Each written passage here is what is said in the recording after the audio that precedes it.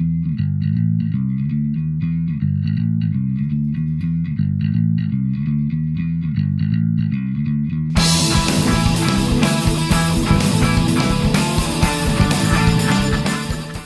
and welcome to another Beer Clipper video. I've just had the pleasure of presenting and having a channel on PATMOCON, the Paint All the Minis online convention, which was brilliant. And over the weekend I did a few live streams, and 3 of them on Sunday, which I recorded, and this is one of those. In this one I'm talking to Dwight, who currently, as I'm talking to you now, has a Kickstarter running for an awesome cowboy game called High Noon. Now, we didn't have quite as much time as we had planned for this, because of clocks changing and time zones confusion, which is fair enough because, well, time zones always confuse me. So we ended up just talking about the game and not getting a demo in at all. But that does mean that we will be back very soon to record another demo and put that probably as an actual real live stream on the channel. So watch out for that. It will be coming your way very soon. So if you have any comments, drop them below. I will be answering the comments. I will see if Dwight can jump in as well, maybe, if he's got time. He's very busy at the moment running an active Kickstarter. But drop comments below, and there will be a link to the Kickstarter in the description, so you can click through to that. I hope you enjoyed the video, and I'll see you again at the end.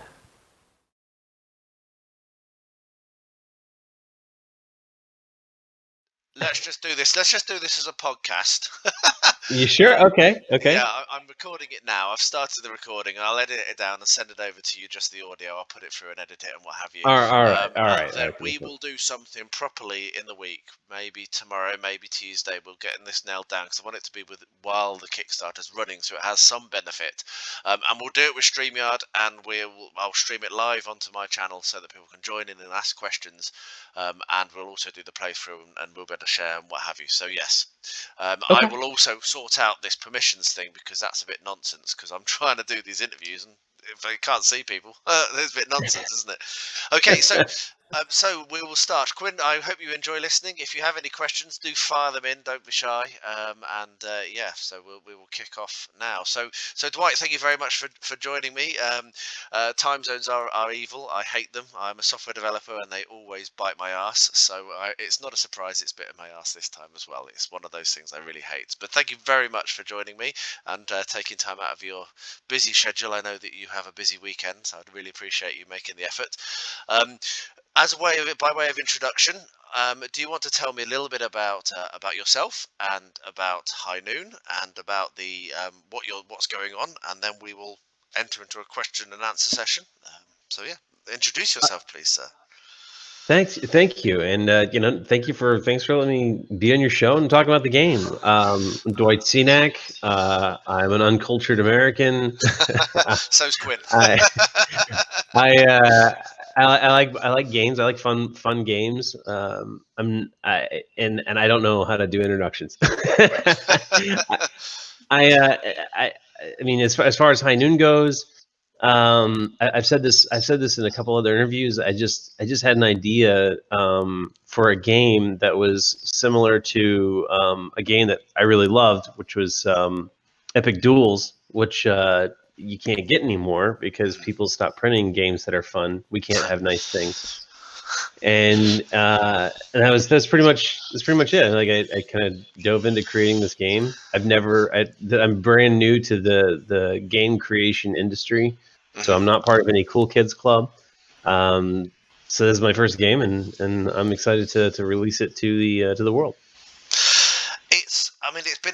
This is the second time it's been on to Kickstarter, isn't it? So I was a backer the first time round. Unfortunately, things changed. I didn't get into the free club because I had to drop during the campaign, which I was gutted by. But I was a backer on the first campaign, very excited by it, and very pleased that when you finally brought it back to Kickstarter. So tell me about the process of developing the game. How long have you been writing it? How long have you been prior to the first Kickstarter? Obviously, that was a year ago, wasn't it? I think now. Yeah, it was. I had been working on it for 2 years prior to that, so it's been a 3-year journey at this point. And hang on a second, you're saying you're not part of the Grubstakers group? Mate, I'm a lucky person that I'm a software developer and I make a lot of money. So I'm very happy to fire over my dollars to you and support you. So don't even say it. I won't take it. That's not who I am. Well, Thank yes, you, you but will. no. Well, yeah. Thank you, but we'll talk about that when we're not recording All and we right. have an argument. Okay. Okay. But yes, I'm Okay. not, because I dropped it because of various issues with income. But now my income is stable again. So yes. Well, I appreciate I appreciate that, but that is what the Grub Stickers group was all about, was people that were just there to support somebody who had no clout, and like when I first launched High Noon into the Kickstarter space, when the group had, when it went live the first year, one of the things that I was obsessing over was this channel called, it was like Slopes Game Room or something, and he did this series called Kick Scammers. And in Kick Scammers, it was all about these campaigns that would raise millions of dollars and then fizzle out, like just completely disappear. These people took money and ran. And apparently, like that's a thing. Like that's a really big epidemic in Kickstarter.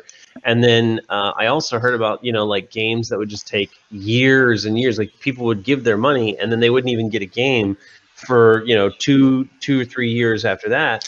And I didn't want to be a part of either of those whatever they are. And so, but it's looking at like people still give their money, like they face that, they go, yeah, this is a thing that happens all the time, and I'm still going to part ways with my money. And what High Noon originally was asking for was a lot. I mean, there's the all-in tier is $300, right? But like, and that's a lot of money. But the original campaign, it was like, hey, if you want the game, it's $100, and then it's like $200 for this, and I never felt good about that. I never felt good about those prices, and yet people gave it anyway, even though we were a nobody. We could have been a scam, and so the Grubstaker thing was a way for me to say, thank you for believing in me enough to even be willing to part ways with your money when you have no idea who I am. I think So I think this highlights something you are quite different. I'm a very active Kickstarter person. I back a lot of games. I've had a few dodgy horror. No, I've not lost my money yet, touch wood, but I've had a few that match with what you've just been talking about. But the other thing that makes this Kickstarter different from a lot that I back is you actually have the games ready, don't you? So they're actually on their way to distribution centers right now. Is that? Am I understanding that correctly?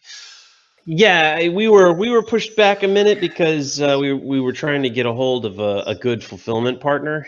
Yes. But now that we have one, and apparently, this whole thing in the Suez is blocking everybody. But Can you I'm like, believe who it? cares? Just for me, I'm like, just take it to the West Coast. Like, don't even go that way. Just go the other direction and drop it off on the West Coast. It's a shorter route anyway. Yeah. So yes, but the games are done. They are in a container. They're at least ready to get to a warehouse. At that point, especially for you guys in the UK, it may take a little bit longer because the games have to basically truck across the United States to the fulfillment center that we have, and then they're going to go from there, from the East Coast. They're going to go to the UK, which is a short dip. But you're not going to be waiting a year. You're not No. going to be waiting. You're not even going to be waiting 8 months. We just got to get it over here and then throw it on another box and get it to you. Yeah, so there'll be the whole Kickstarter fun thing of tracking the boat and what have you. It is a refreshing change, like I say. I mean, I've got a game that's been apparently sat in a warehouse in the UK for 6 or 7 months now that still hasn't got to me. I mean, it's been there. It's apparently been made, but they haven't. It's sitting in It's sitting I in mean, your own country. Yeah, well, I'm actually in the south of Bulgaria. It's where I come from. Is the Oh, UK. oh, So that's right. I That's have great. That's great. Yeah. yeah, I have an onwards fun fulfillment of my own, which I could tell you about. But yeah, so it is a refreshing to and one of the things that I like are not just the fact of the game and how involved you are in the community, and we'll talk about your own Discord in a second. But it's also the fact that I've followed this, so this is from me. This is not what you're telling me. I backed the first campaign. I then was on the Facebook and watched all the development and all the conversation and all of the involvement you had with the community about we decided we were doing it wrong, so we're going to come back and do it right. And you went away and you did what you said. You said you were going to slim it down. You said you were going to shift it around a little bit and make it a slightly more palatable, like you said already, amount. And also that you would not, you would make sure that it would ship fast. And that's what's happened.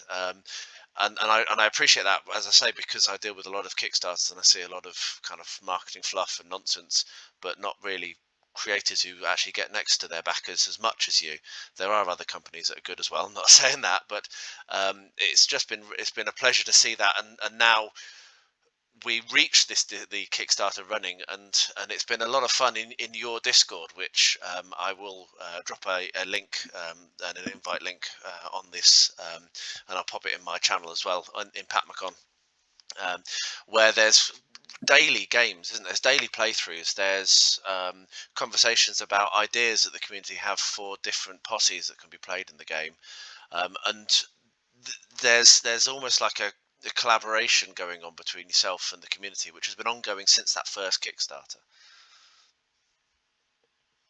I'm so sorry. There was it could have been my internet. It disconnected right around the time where you said, I think you said there was like a collaboration in the are you there? Did I lose you? I don't my know internet? am I back? I think my computer had a bit of a glitch then. Okay. Can you hear me? It's okay. Yeah.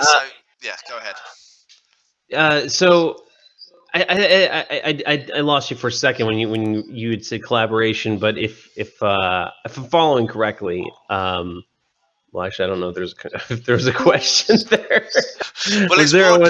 Well, it was more just saying about how the collaboration in the Discord's going on for the current Discord, Kickstarter, and how that has been an ongoing process since the first Kickstarter. It's been really, really awesome to see that develop. Yeah, there's only so much that I can make on my own. There's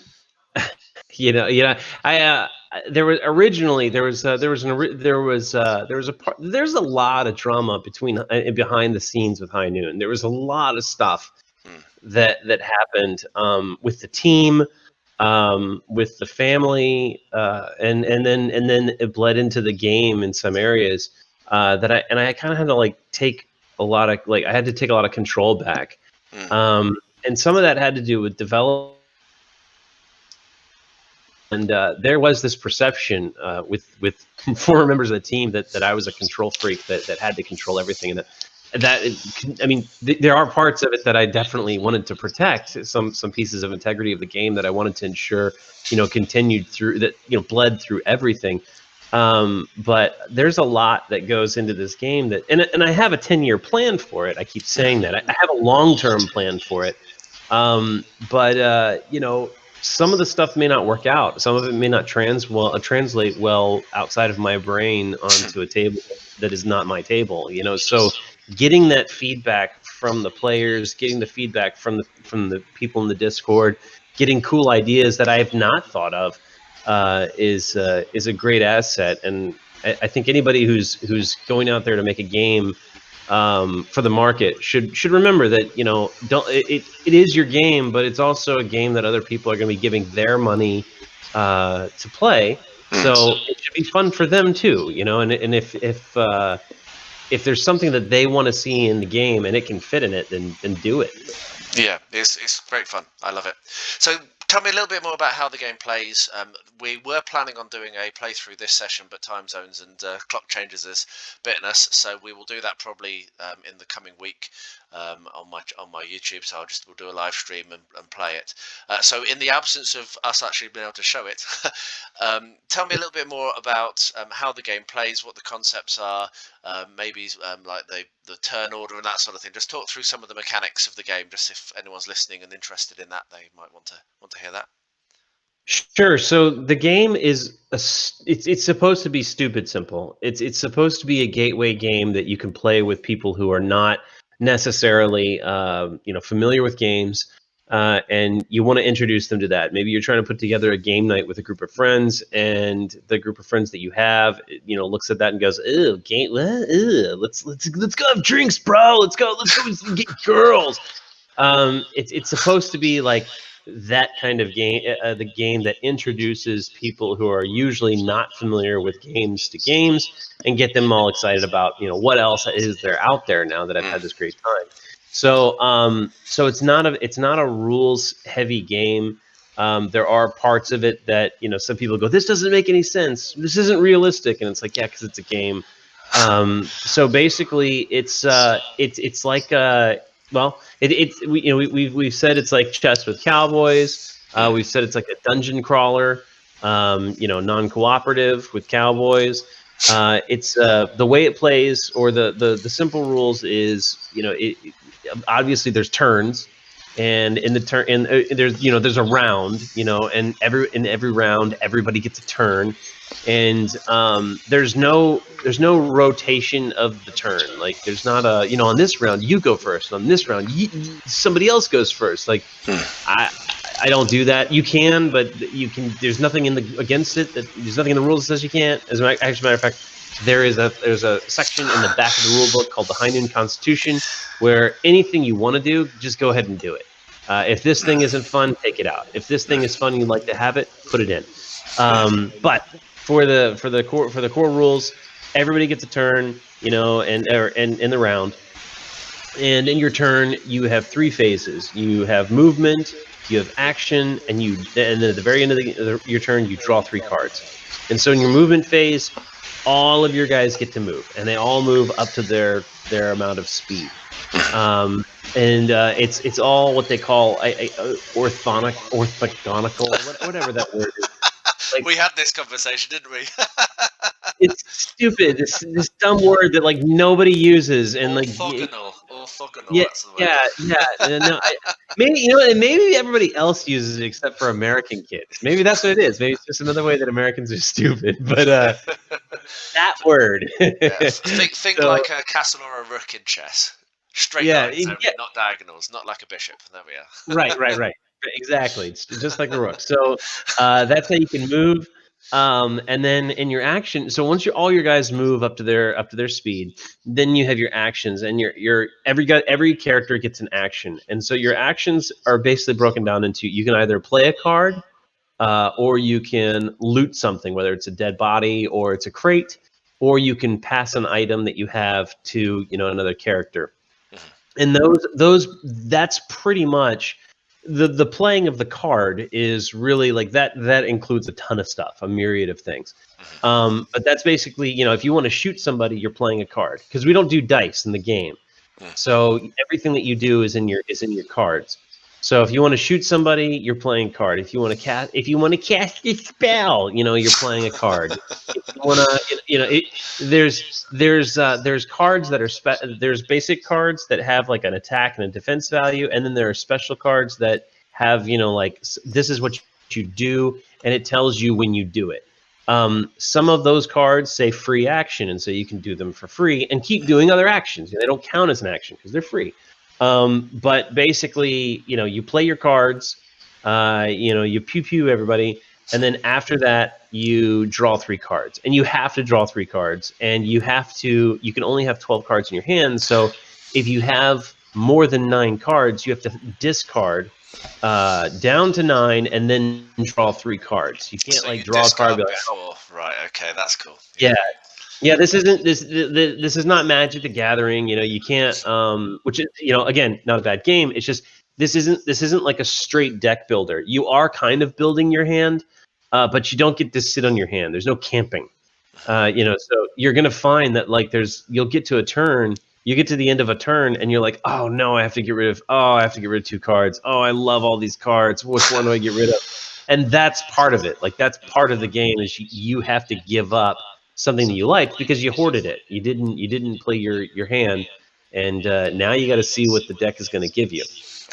That's it. And then the aim of the game is to end with the most gold. You get gold by either dealing damage on your turn or killing anybody on anybody's turn, and that's basically the man with the gold wins. Or the last posse standing. If you happen to kill everybody, then you win that way. But otherwise, you have the most goals, you win the game. It's cool. So what sort of size table are we looking at? Is it a 4x4, 3x3, 2x2? Talking in Oh, feet here.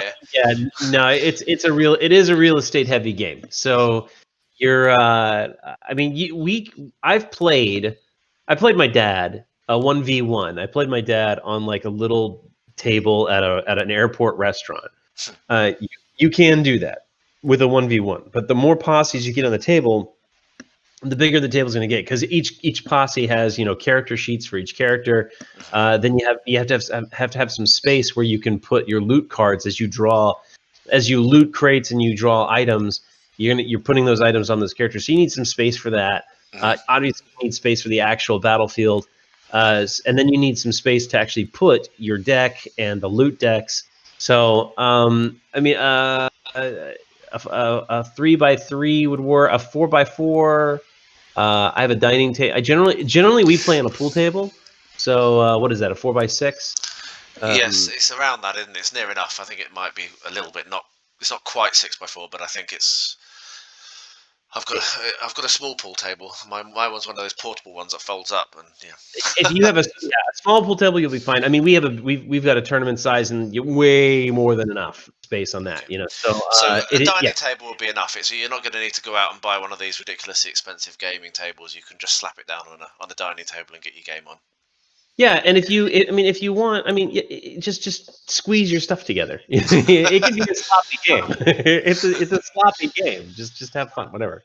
So the other thing to talk about is the miniatures. We are in a Paint All the Miniatures convention, PATMOCON, Paint All the Miniatures online convention. Very clever. For that. So yeah, tell me about the miniatures. And what the core game comes with. How many miniatures it comes with. That sort of thing. So the core game comes with 14 miniatures. 10 of them, either 10 or 12. I forget the count, but 10 or 12 are actually unique, like all unique. The others are duplicates. They're very small. When we started, because again, like I said, I'm new to this, so I didn't realize what the millimeters were. So when I was having them sculpted, I heard like, here's a heroic scale, and it's 28 millimeters or something like that. So I thought that's what it was. Apparently, it's a mite smaller than that. That's fine. They're not teeny tiny. Like you can put them up against if you stand like the sheriff next to a warrior on a D&D mini, he's an elf. Like that's kind of what he looks like. Not a Christmas elf, but like a D&D elf. So he's slightly shorter, you know. But I paint with I use one of those little magnifying glass stations, and I'm not a good painter. I'm not an expert painter. You got everybody in this con is probably like light years better than me. Apart from me. Well, if you've seen, I see behind you. I see what you got in your room. It looks like painting stuff. I don't know. It could be just. That's hobby stuff. That's all like flocks and what have you for terrain. My painting station's downstairs. Oh, that's right. That's right. You do terrain stuff. Yeah. Man. But I did do an update on my Kickstarter on the new Kickstarter with some shots of the painted minis. I was just going to mention that and say people should go check that out, because that was really eye-opening for me, because I thought they looked great. And one of the things again about other Kickstarters, they pay these fantastic kind of like Golden Demon winning painters to make their minis look good, but that's never going to happen for me. So seeing you paint them, not that I'm criticizing your painting, they look great, but you're not a Golden Demon winning painter. You're a bloke that's a hobbyist. That is what I want to see on Kickstarters, frankly. Well, thank you, and yeah, that is the crazy thing. Yeah, I'm seeing like some of these minis painted by Come On. I'm like, gosh, those are gorgeous. And then they're like painted by so and so, and I'm like, I don't know who that is. I'm sure they're a celebrity. But yeah, there are some superb painters out there, and I love them. I love looking at their stuff. It's very inspiring, but it's not really going to help me see how good my game is going to look on the table. It's just not. So yeah, that's really cool. If you look at mine, you can guarantee yours will look better. So there you go. Mine is a barometer for the minimum. We shall see. And that was another thing that's a bit different. I've not seen that before on any of the Kickstarters I've been involved in. So how much time have people got left as we're talking now on the 28th of March? When does the Kickstarter end? We got 7 days. We got exactly 1 week left. Now, look, here's the thing: is we're going to be going into we're going to keep the Kickstarter open, and or not the Kickstarter, but we're going to keep the pledge manager open for a good minute because we're allowing, obviously we were letting late pledgers in. I guess that's a thing. And our retailers, what I'm finding out is the retailers want to wait. They want to hold off until after the campaign to figure out what it is that they want to order. I understand why they want to do it for every other campaign. I'll be honest, no disrespect to the retailers that are out there, kind of stupid with this one. Because the more that the more we raise, the more they unlock, and the more we unlock, the more that they have to choose from to stock their shelves. Yes, what because retailers get everything, don't they, in this one? So yeah, what I'm hearing from the retailers is there's the way that they generally do it, because of the way that Kickstarters are generally done, is that they offer like it's the core game or it's the all-in. Which one do you want to order? And then that's what they do for pre-orders. And I'm like, dude, guys, there's no real all-in. Like this is an ongoing. Like you guys are deciding the retail rollout, but there's like a much bigger vision for High Noon even after this Kickstarter. So you're not ever going to get the all-in package. It's going to be like thousands of dollars if that's what you're going to do. You might as well just put that down now so we can unlock Father Franklin. What's your problem? Yeah, Father Franklin, man.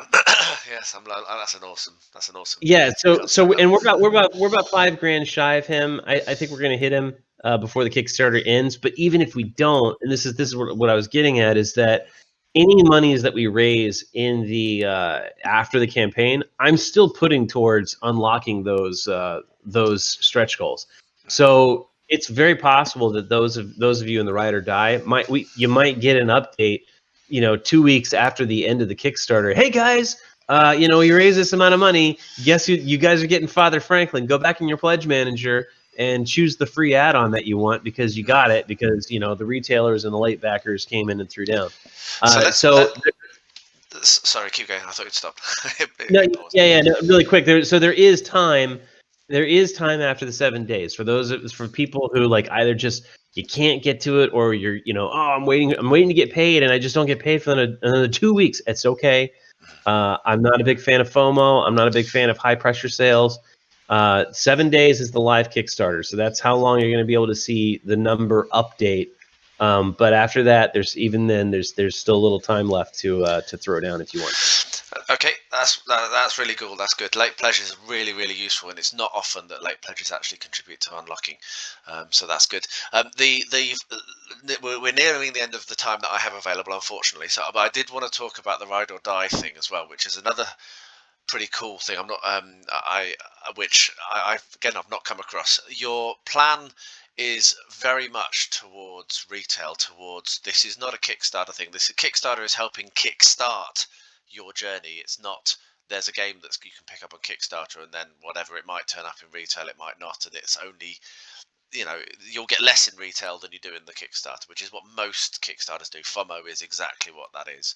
What your plan is this is going to start a potentially, hopefully, long-running retail release with more and more posses and more expansions and more content and gameplay coming out over years coming up. And the Ride or Die thing, do you want to put it in your own words what that is? You know what? You seem pretty concise, and you're up against the clock. So I'll let you do it, and then if you say anything, I'll correct you. So the Ride or Die thing is pretty amazing, and I can't believe I actually have some concerns that you've offered too much, and I really hope that because I do see some campaigns that try to offer too much, and then it bites them in the ass, frankly, going forwards. So I really hope that doesn't happen here, but fingers crossed it doesn't, because if you back all in on the pledge on the Kickstarter, so you go for the topmost pledge, which, just to be clear, I have, then Dwight will send you everything that ever gets released. So there will be import duties, there will be shipping. I mean, it's not going to be, without potential costs. That's something to be really clear about. But you won't be having to buy anything again. You'll get all of the future content being sent to you. And you're being very flexible in how that's organised, so whether that's sent out on a piecemeal basis or whether that's batched up and sent once a year, whatever. I think that's just crazy. Like I say, my concern is that it's too much. That's what's gone Yeah, through my mind. let me speak to that. Let me speak to that, because that is something where I totally understand that. And so the reason why it's not is because if you look at how many have backed, it's at the all in tier, it's like 210 people, I think, a little more than 210 people. The minimum order quantity for our stuff is, our factory's been very good with us. There's a lot of Kickstarters out there. There's a lot of people out there that are producing stuff, and they're like, yeah, our minimum order is 10,000 units. We got to make 10,000 units work. They're getting robbed. You should never have a minimum order quantity of 10,000 units, but our factory's letting us get away with 5. So we got to produce everything that we produce. We have to produce 5,000 of, and that's why our stretch goals are stretched the way they are. Like when we unlock Father Franklin, we're producing 5,000 copies of Father Franklin. We're producing 5,000 copies of the Bushwhackers and the Los Hermanos. We've got 5,000 copies of the core game. So when we're talking about right now, anything that we unlock right now is paid for. It's paid. It's covered the cost to produce it. The moment we get the money from Kickstarter, that money is going to 30% of it's going to the factory, and then over the milestones as they finish, which is like 30 to 60 days really for the turnaround, they'll get the rest of it. But basically, all that money is going to the factory to produce the stuff. So we have 5,000 units of a thing. If I can't make my money on giving away 200 copies, like if I give away 200 copies of a thing out of a 5,000 copy run and I can't make money off of that, my margins suck, right? So my margins don't. Margins do not suck. We're able to sell. We are making, when we get to the point where we're not just doubling down on production and we're like actually taking a paycheck, there's money to be had here. Like we're going to be making some money. So having said that, as we roll out other items, we're not rolling out what we can't afford to roll out. So if we don't unlock, let's say we don't unlock the Bandera Blondes. Everybody wants the Bandera Blondes, but let's say we don't unlock them in the Kickstarter. Okay, no problem. When we do go into production on the Bandera Blondes, it's because we've sold enough of everything else to produce the Bandera Blondes. So we've made the money, we've gone into production, and now we're setting aside, 200 to, depending on how many more backers we get in the next 7 days, let's say we get 300 people. That's all we're setting aside. It's really not a bad deal. It's not a bad deal for us. We can afford it, since we're not going to be paying for the shipping.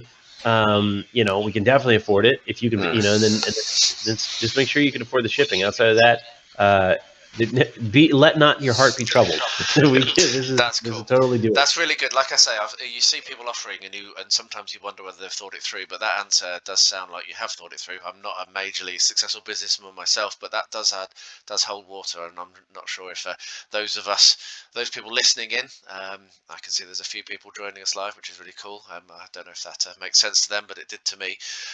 So the final thing I wanted to say, and this is something else, is you're actually full-time working. This is you're not relying, you're not taking anything out of this Kickstarter yourself, are you? You have your own income, and what is being taken by the Kickstarter is going directly. I mean, you've already kind of said that, going directly to ship.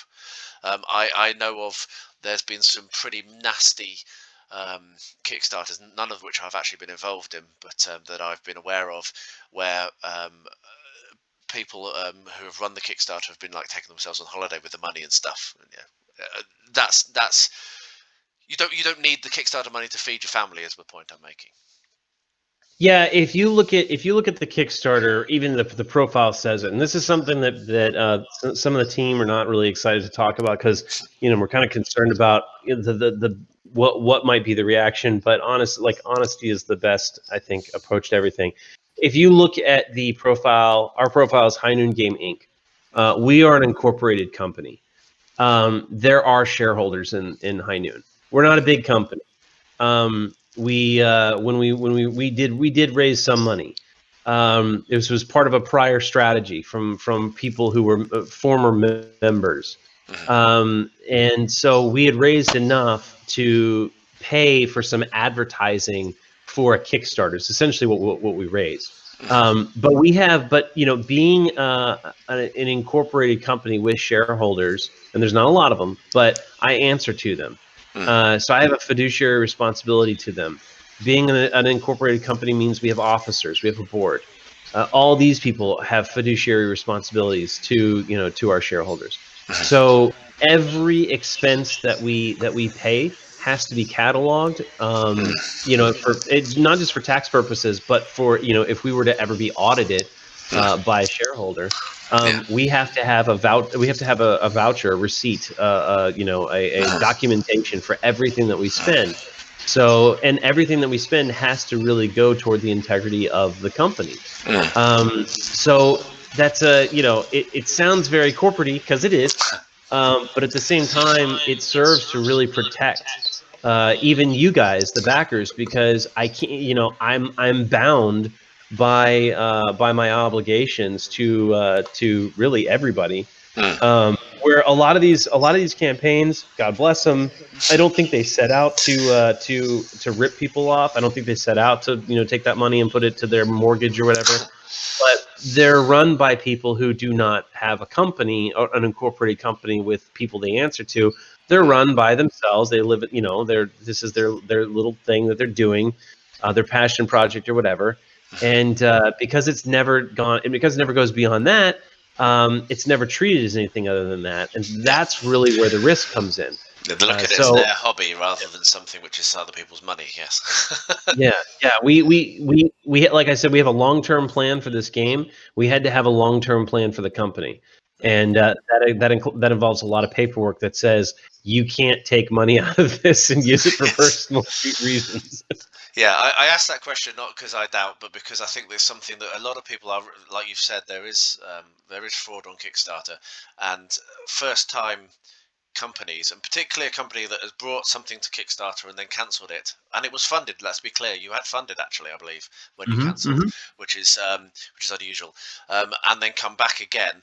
I just want to make sure that that's absolutely clear, so that if anyone's a little bit nervous of that kind of aspect, I've put my money where my mouth is. As I said, I've put in for it, but other people obviously have to make their own decisions.